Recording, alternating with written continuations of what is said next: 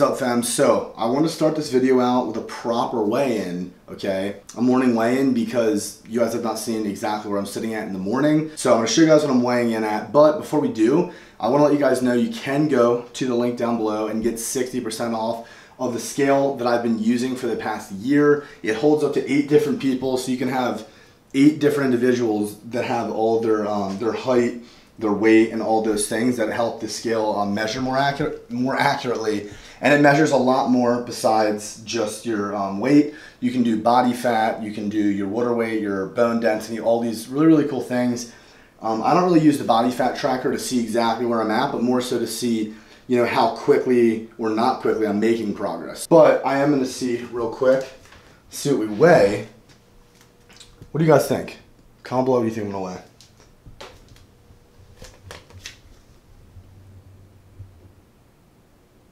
So pretty much 198, and I would say that this probably weighs like 0.6 pounds. I'm probably right at 197, 198 right now. So I mean, honestly, that's a very good starting point because last prep I started at probably 195, and I was like 10 to 12% more body fat than I am. I'm gonna show some abs, see where we're at.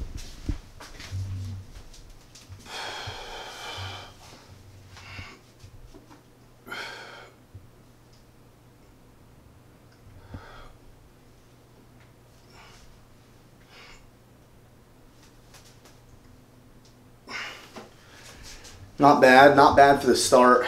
We still have over 3 months, so yeah, definitely not bad for the start. But yeah, first weigh in, I'm excited for that, and now I'm gonna go eat some breakfast. So I'll see you guys next clip. All right, so this is what my physique is looking like right now at 197 pounds. Show you guys just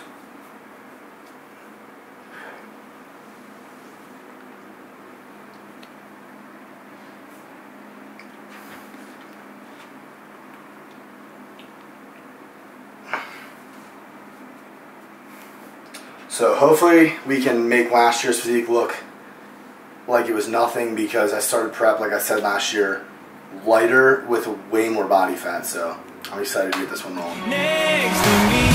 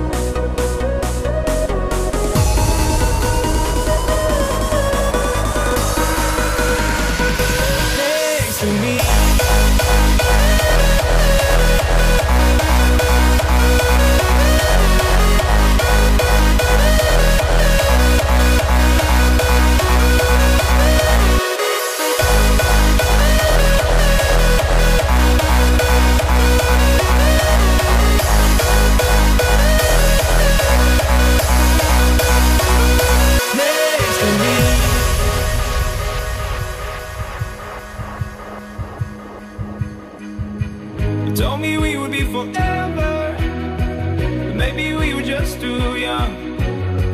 I wonder if you still remember when we were dancing in the sun. Now those were the days before you had to go away. Now I'm dancing by myself out in the rain. Now it's getting rather cold, and I just wanted you to know that if my dreams will ever be, will you come dancing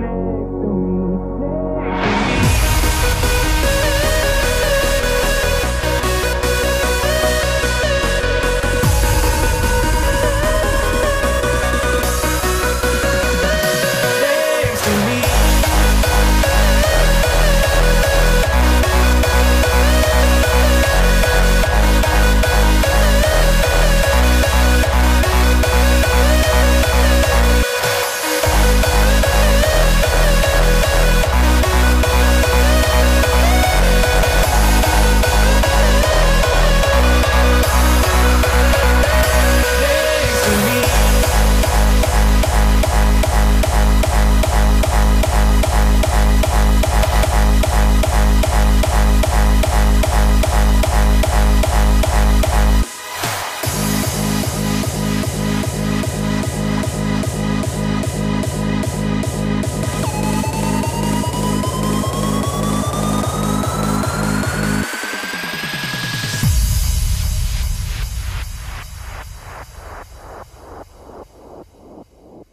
All right, what is going on? So it is the next day from the last clip that you guys just saw. I ended the video then because I had a lot of shit that I had to take care of off camera, but I didn't want to leave you guys hanging. I want all of these videos to be over 20 minutes and put a lot of valuable content in them for you. So I decided to put up a little Instagram Q&A, give back to you guys by answering that Q&A right here.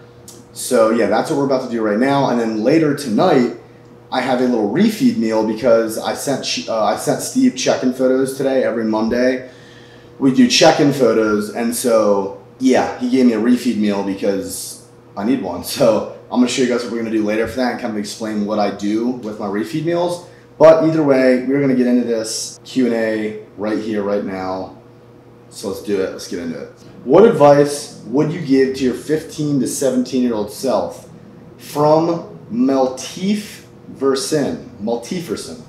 Okay, it's a great question.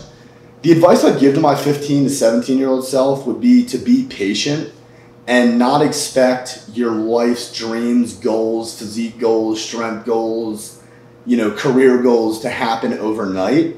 I would say, you know, to have peace with your journey, have peace and enjoy, you know, the process of getting to the place you want to be. Because honestly, that's half the fun of it, is putting the work in to get something that you want. So that's probably the biggest piece of advice that I would say is enjoy the journey, live in the present, and do everything you can in the now to succeed for your goals and have a plan. But you know, don't beat yourself up and essentially. So I would just say, yeah, enjoy your journey. And I wish that I could tell myself to realize that things take time. Enjoy the journey, and you'll get to where you want to be in life if you stick to the plan and you know, live in the present. You're going to get there either way, so why not enjoy the journey? Okay, next question. Do you smoke weed? So the first thing I'm going to say is I'm over the age of 21 years old, and I also live in Denver, Colorado, where weed is legal recreationally. And so with that being said, don't smoke weed if you're under 21 in a state or in a state that's not legal, whatever. But yes, I do occasionally smoke weed. The thing for me is I don't like to do it all day, every single day. I like to do it, you know, to feel a little bit more creative at certain times, maybe towards, you know, bedtime I'll do it. Or, you know, sometimes before the gym, if I use a sativa strain, which is going to give you more energy, it can help me have a good workout if I'm not doing something extremely intense, like a leg day I wouldn't want to. But like arms or a push day, maybe even a back day, I'll do it here and there. So the answer is yes, but it's on occasion. What are some things you're doing differently this prep compared to last prep? So that's a good question. The things that we're doing differently this prep, I would say, really have to do with where I'm starting each prep, right? And so this is actually something you guys can get some information out of and get some knowledge out of through me answering this, even though I'm just talking about myself here. Last year when I started my prep for my first show, I was weighing about 194 pounds with way more body fat than I have right now. This year, 4 days ago when I started prep, I weigh about 197 to 199 pounds, like I said, way leaner. And so the fact that I have a lot more muscle and I'm a lot leaner allows us to grow into the show a lot more.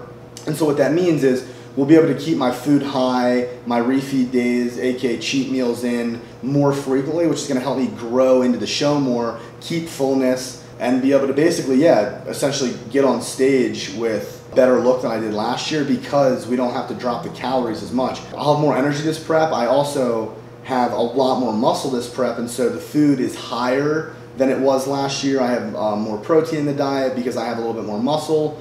Well, a lot more muscle, honestly, probably 10 pounds or so I feel that I gained in the last year. And so those are the main things. I mean, when it comes to the foods, you know, it's very similar foods to last year, but the only thing that's different is that this year we're incorporating a lot more greens into my diet and vegetables, because last year I kind of lacked that a little bit. And I think that, you know, being so concerned with my health, now where I'm at in my current state, I just want to make sure that I'm healthy, especially with living the bodybuilding lifestyle. So we added a lot more greens in, and that's pretty much honestly the only thing that is changing diet-wise. It really comes down to, it's not some secret recipe. It comes down to putting the work in, suffering when you need to suffer, and that's really that pretty much. I mean, I'm not changing all that much. Okay, so a lot of people are asking me a lot of things about steroids on this Q&A, and a lot of the questions are people asking me, do I think they should take steroids? They're this age, they weigh this much, and they want to compete. Should they take steroids? Should they not? And honestly, guys, my answer to should anybody take steroids is always going to be no. Reason being is because if I can make somebody not go down that route and have to deal with side effects, getting blood work done consistently, spending the money on it, all the side effects that can come along with it, if I can help someone avoid that, that doesn't, you know, that is not die hard, that is the decision they want to make, then I will do that. It honestly, at the end of the day, how I see it is it comes down to, you know, what life do you want for yourself? What is your plan in life? What is your goal, right? So if your goal in life has nothing to do with making a living off of bodybuilding and, you know, being one of the best in the world, if that's not your goal, then it's not worth it for you to go into, you know, that dark side of things. It's just simply not, I'll tell you that. And if you know what your goals are, then, you know, at some point down the road, you're gonna have to make the decision for yourself, is this really my goal? You know, if it means I have to use these substances. And so that's just for everyone to make that, you know, that choice themselves, obviously. But I would say to the average person asking me, no, don't do it. And again, it comes down to what your goal is. If you know your goal is to be on the Olympia stage, well, then you know what you need to do, essentially. And my other thing is, if your current goal is I want to be on the Olympia stage, do a few shows naturally. You know, train for 8 years naturally. Make sure it's something you really want to do before you do go into that avenue and you do go down that route. This is a really good question. Should I be doing cardio while I'm bulking? Now, a lot of people fucking ask me this. A lot of you guys probably don't do cardio while bulking. Yes, you should be doing cardio while you're bulking, right? And the answer, and the reason for that is because, one, it's going to help with your digestion, okay? So helping digest all that extra food you're eating. 2, it's going to keep your body fat lower. And 3, it's very good for your heart health to you know, get cardiovascular exercise like that. So I do, even if you are training hard, I believe it's good to get 15-20 minutes in, even if it's 4 or 5 times a week, 6 times a week. Make sure you're getting in cardio because it's going to do all those things for you. You don't have to do a shit ton, or you don't have to do it for a lot of time, but definitely do it for those 3 reasons. And there's probably more that I'm not even naming right now. The next question I'm going to answer is going to be, what camera do I use? What equipment do we use? What drones do we use? Editing softwares, etc. So I'm going to go over all that with you guys right now. Essentially, I obviously have Nick who comes in. He edits all my videos for me currently right now, but I do know what software he uses and what I used in the past when I edited all my stuff. A lot of you guys want to know about this stuff. So camera that I use is the A6500 with the 18 to 35, 16 to 35, Nick's behind the camera. The 16 to 35 2.8 G Master lens. Nick also has the, what is it? 24 through 70 kit lens. Yeah, 24 through 70 shit kit lens. And you also, what's your camera? The A7 III. And he has the A7 III camera body. We have a cheap mic that we use, and then also Nick he uses Sony. You don't use Sony Vegas. You use Premiere. Premiere with After Effects. Yeah, so he uses Premiere with After Effects. I always used Final Cut Pro because I believe Final Cut Pro is much easier than Premiere to learn and to use. And if you're not doing anything insane, then you can use Final Cut. It's also cheaper. Yeah, it's also cheaper. So the other thing is we use the drone. We use the Mavic Pro drone until Dave crashed it, and then he bought me just a shitty regular Mavic. So I use the regular Mavic drone, and that's pretty much all the camera equipment that we use, that we have. You don't need all this million fucking dollars worth of stuff. All that stuff's not cheap, but I'm saying you don't need, like, everything that we have is honestly more than enough to film the type of videos that I make. And so what I would recommend, if you guys are trying to do things cheap as possible, use Final Cut Pro to edit and get a Sony RX100 camera. Either get like the Mark IV or Mark V, an older used version for $500.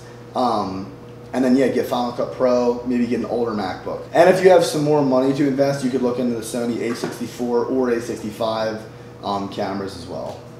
Alright, so the last question that I'm going to answer right now is going to be, what is my best advice for somebody who's just getting into bodybuilding? And that could honestly mean you've been powerlifting for years and, you know, you now want to get into bodybuilding, whatever. You could be a pretty advanced lifter, but if you want to get into bodybuilding and competing, I'm going to give you a few tips that I wish I would have known.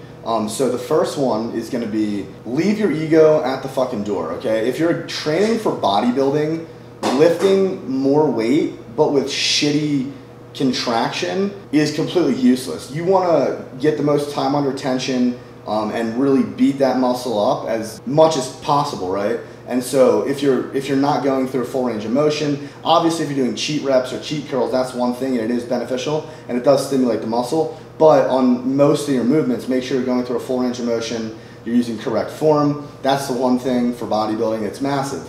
Makes a big difference in your muscles and how they look. The second thing would be make sure that you're getting 5 to 6 meals in every day. Make sure that you're getting protein every few hours. Your body can utilize that protein every few hours, and you know, think about it like this: if you miss a meal, you're missing out on muscle growth. That's how you have to look at bodybuilding. You need to be eating 5-6 times a day. If you, whatever it is for you, if you're a guy, probably 6 times a day. If you're missing out on any of those meals, you're missing out on gaining muscle. So don't fucking do it. The other thing I would say is if you're trying to get into bodybuilding and it's something that, you know, you've never really done and you want to compete, make sure you know that it's not going to be fucking easy. It's simply going to be one of the hardest things you've done. But if you're going to commit to it, make sure you actually compete, because I see so many people say they're going to do a prep and then they bail the fuck out. So if you say you're going to do it, just at least give yourself the shot of trying as hard as you can and going out there and doing it. That's all I have for you guys for this one. I'll see you guys later. Alright guys, so against Nick's better judgment, I am going to be filming this video outside, hence why you're going to hear those weird background noises. But it's beautiful outside when I film outside. But right now I'm about to head out to get a cheat meal or a refeed meal. Steve gave me 4 rolls of sushi, so I'm going to go with my girlfriend and then her friend as well. And we're going to go get some sushi, so I don't really want to have to film while I'm doing it. I'm just going to let you guys know kind of why I do the refeed meals, because I wanted to kind of let you guys know about that. So the reason why we do add refeeds, I do it with my clients as well. Fuck off. The reason why I do it with my clients as well is just to, you know, refill your glycogen stores when you're fucking. Alright, this is fucking fly, bro. That's what you get. So yeah, essentially. Goddamn fly, I'm fucking my ass up. Get your ass out of here, bro. Bro, what's this goddamn issue? Alright, essentially what it is used for is to fill up your glycogen stores when they're getting lower. It's also a great, you know, thing to utilize to grow into a show, because when you replenish your glycogen stores, your next few workouts are going to be much better. You have more, you put yourself in more of a position to put tissue on, maintain tissue. So we're gonna go do it right now, and I'm gonna be taking 2 of these Glyco HDs after the cheat meal to help absorb the nutrients from the food quicker and shovel it right into the muscle where we want it to go. That's essentially what this does. It's called Glyco HD. It's a glucose disposal agent, so it takes all the carbs, puts them in your muscle quicker and more efficiently than without taking it. So I take this with like 2 meals each day. Go pick it up, link down below.